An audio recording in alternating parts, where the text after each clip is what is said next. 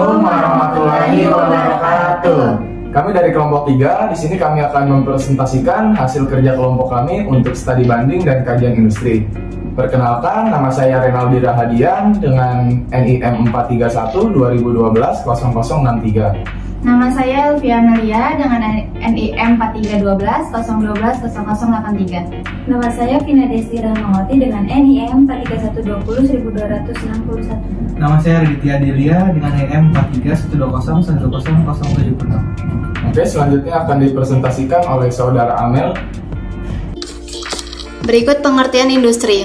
Industri adalah suatu bidang atau kegiatan ekonomi yang berkaitan dengan pengolahan atau pembuatan bahan baku atau pembuatan barang jadi di pabrik dengan menggunakan keterampilan dan tenaga kerja dan menggunakan alat-alat di bidang pengolahan hasil bumi dan distribusinya sebagai kegiatan utama. Industri dapat juga diartikan kumpulan berbagai perusahaan yang menawarkan produk yang sama. Berikut ada macam-macam industri yang akan dijelaskan oleh Raditya. Macam-macam industri. Terdapat 8 macam industri yang ada di Indonesia. Yang pertama ada industri primer. Contohnya seperti bidang pertanian, perikanan, dan kehutanan. Yang kedua ada industri sekunder. Contoh dari industri sekunder adalah perusahaan yang bergerak di bidang pemeliharaan ternak, pembibitan tanaman, dan juga unggas.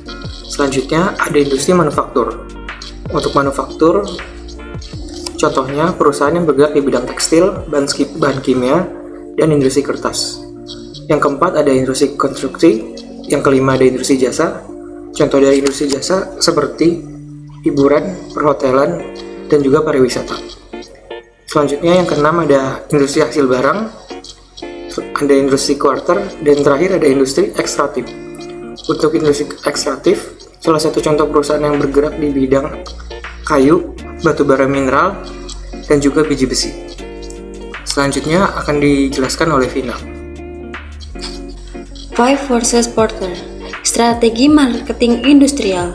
Teori Porter merupakan sebuah metode yang digunakan untuk mengetahui kekuatan industri berdasarkan faktor-faktor eksternal perusahaan. Teori tersebut muncul didasari oleh adanya pandangan industrial organization yang merupakan sebuah pandangan manajemen bahwa perusahaan sangat memperhatikan faktor eksternal untuk mendapat keunggulan dalam bersaing. Faktor-faktor tersebut terdiri dari 1. Ancaman pendatang baru. Masuknya pemain baru dalam industri akan membuat persaingan menjadi ketat yang pada hakikatnya dapat menyebabkan turun laba. Hal ini berkaitan dengan seberapa mudah pendapatan baru untuk ikut berkompetisi dalam bersaing usaha sejenis. Kedua, ancaman produk atau jasa pengganti. Adanya produk atau jasa pengganti akan membatasi jumlah laba potensial yang didapatkan dari suatu industri. Makin menarik alternatif harga yang ditawarkan oleh produk pengganti, makin ketat pembatasan laba dari suatu industri. Yang ketiga, kekuatan tawaran menawar pembeli. Daya tawar pembeli pada industri berperan dalam menekan harga untuk turun, serta memberikan penawaran dalam hal peningkatan kualitas ataupun layanan lebih. Dana membuat kompetitor saling bersaing satu sama lain. Yang keempat, kekuatan tawar-menawar pemasok. Pemasok dapat menggunakan kekuatan tawar-menawar terhadap pembeli dalam industri dengan cara menaikkan harga atau menurunkan kualitas produk atau jasa yang dibeli. Perusahaan tersebut mendapatkan harga semurah mungkin dengan kualitas yang tertinggi. Kelima, persaingan dalam industri sejenis. Persaingan antara pesaing dalam industri yang sama ini menjadi pusat kekuatan persaingan. Kompetitor dalam hal ini adalah industri yang menghasilkan serta menjual produk sejenis yang bersaing memperebutkan pasar yang sama. Di sini saya akan menjelaskan studi kasus yang berjudul Kajian Industri Kecil yang terintegrasi dengan industri pariwisata di Kecamatan Simbang. Kajian ini difokuskan pada kajian model strategi integrasi industri kecil dan menengah dengan industri pariwisata di Kecamatan Simbang, dan merumuskan kebijakan dan agenda tindakan integrasi industri kecil dan menengah dengan industri pariwisata dalam meningkatkan pendapatan masyarakat melalui pemanfaatan potensi sumber daya di Kecamatan Simbang di Kabupaten Maros. Penelitian ini dilaksanakan di Kecamatan Simbang, Kabupaten Maros, yang merupakan dasar atau daerah destinasi wisata dengan sejumlah potensi wisata yang menjanjikan.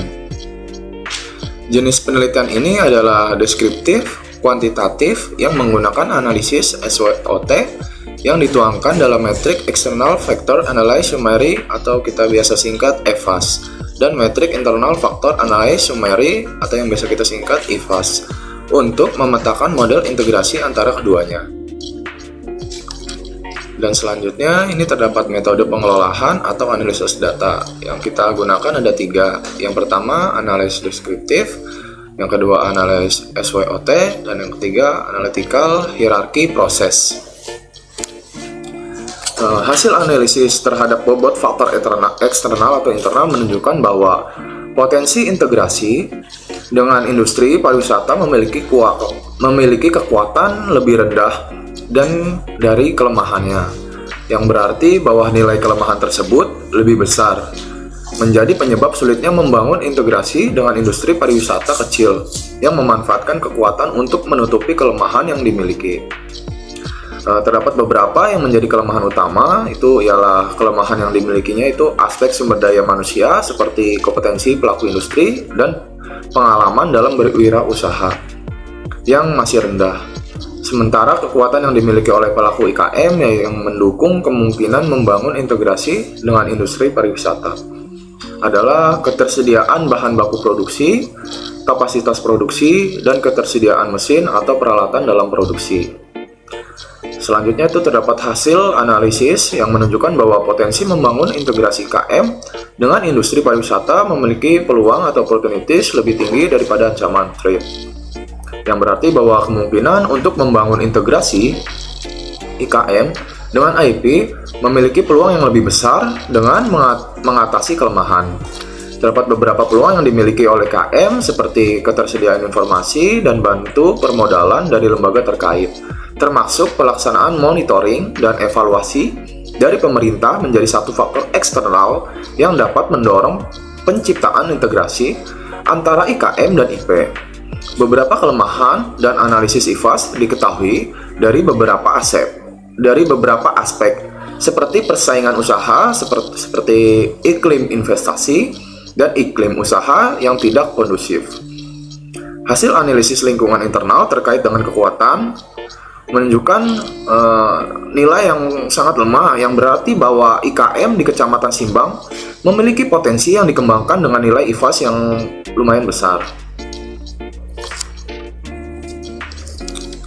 Selanjutnya di sini terdapat hasil dan pembahasan kajian yang terdapat gambar diagram Cartesius SWOT. Berdasarkan diagram Cartesius tersebut, diketahui bahwa strategi yang dapat dilakukan untuk membangun integrasi antara IKM dengan IP adalah strategi defensive yang berarti meminimalkan kelemahan untuk mengatasi ancaman. Secara spesifik dapat dilihat pada metrik kombinasi strategi kuantitatif. Dan selanjutnya terdapat tabel 2 yang menunjukkan gambar matriks perencanaan kombinasi strategi kuantitatif. Berdasarkan tabel tersebut, maka didapatkan bahwa strategi yang sesuai dengan kondisi eksternal dan internal adalah untuk mendukung strategi pertumbuhan atau perkembangan dengan menggunakan strategi weakness and threat. Pada diagram Cartesius Analysis SWOT didapatkan nilai IFAS yang lebih besar daripada nilai EFAS. Hasil analisis SWOT memperlihatkan posisi strategis IKM dan IP di Kecamatan Simbang memungkinkan untuk diintegrasikan. Strategi yang dapat diterapkan ke depannya pada masa yang akan mendatang untuk mengintegrasikan IKM dan IP adalah strategi integrasi pasar, promosi, dan distribusi. Dan selanjutnya terdapat gambar yang kedua, yaitu model struktur hierarki AHP. Terdapat bagan-bagan yang bisa kita lihat secara langsung. Dari hasil model struktur tersebut, terdapat hasil analisis SWOT yang menemukan bahwa potensi integrasi IKM dan IP dapat dilakukan dengan mengembangkan industri pariwisata berskala IKM dengan berusaha meminimalkan kelemahan untuk meminimalisir ancaman. Yang selanjutnya terdapat rumusan strategi integrasi IKM dengan industri pariwisata yang dirumuskan atau sebagai berikut. Berdasarkan hasil analisis, diketahui bahwa posisi yang sangat lemah dari pengembangan IKM untuk diintegrasikan dengan industri pariwisata dapat diselesaikan dengan melaksanakan prioritas strategi berdasarkan dengan meminimalkan kelemahan untuk menghindari ancaman. Terdapat deskripsi kelemahan, yaitu kelemahan itu adalah pada aspek sumber daya yang terdiri dari tingkat pendidikan, yaitu pendidikan formal, pelatihan yang pernah diikuti, terus jiwa kepemimpinan dan pengalaman atau lama dia berwirausaha, serta aspek-aspek pasar yang terdiri dari permintaan pasar, penetapan harga bersaing, dan kegiatan promosi. Dari studi kasus tersebut terdapat kesimpulan, yaitu pengajian ini model integrasi industri kecil dan menengah dengan industri pariwisata di Kecamatan Simbang dilaksanakan dalam bentuk product development and inovasi, yaitu mendistribusikan produk baru kepada pelanggan baru yang merupakan hasil dari industri kreatif berskala IKM. Proses integrasi IKM dengan IP melalui product development and innovation dalam bentuk mengembangkan industri baru seperti industri kreatif atau melakukan inovasi baru pada produk IKM, sekaligus sebagai usaha meningkatkan pendapatan dan memperluas lapangan kerja, seperti berinovasi melalui industri yang penyedia pemasok dan industri penyedia jasa pariwisata dalam skala industri kecil dan menengah. Kebijakan dan agenda tindakan integrasi industri kecil dan menengah dengan industri pariwisata dalam meningkatkan pendapatan masyarakat melalui pemanfaatan potensi sumber daya di Kecamatan Simbang, Kabupaten Maros yang dilaksanakan melalui sebagai berikut. Terdapat peningkatan kualitas SDM, pelaku IKM, dan IP melalui pendidikan dan latihan kepemimpinan dan kewirausahaan agar memiliki kemampuan dalam menganalisis kebutuhan pasar dan meningkatkan intensitas pemasaran produk pada pelanggan lama dan memperluas pemasaran pada pasar baru agar memperoleh pelanggan baru dan menciptakan iklim usaha dan persaingan yang sehat melalui penetapan harga, intensitas pelaksanaan promosi, dan peningkatan proses distribusi sekaligus dalam bentuk diversification, yaitu mendistribusikan produk baru kepada pelanggan baru yang merupakan hasil dari industri kreatif berskala IKM.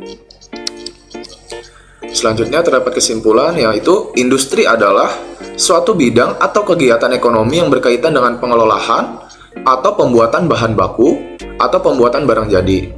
Dengan kata lain, industri juga diartikan kumpulan berbagai perusahaan yang menawarkan produk yang sama. Ada beberapa macam industri, yaitu yang pertama industri primer, yang kedua industri sekunder, yang ketiga industri manufaktur, yang keempat industri konstruksi, yang kelima industri jasa, yang keenam hasil barang, yang ketujuh industri quarter, dan yang kedelapan industri ekstraktif. Sekian presentasi dari kelompok kita. Bila ada salah-salah kata, mohon dimaafkan. Siang-siang pergi ke kota. Jangan lupa beli alpukat. Demikian presentasi kita. Semoga bermanfaat. Terima kasih.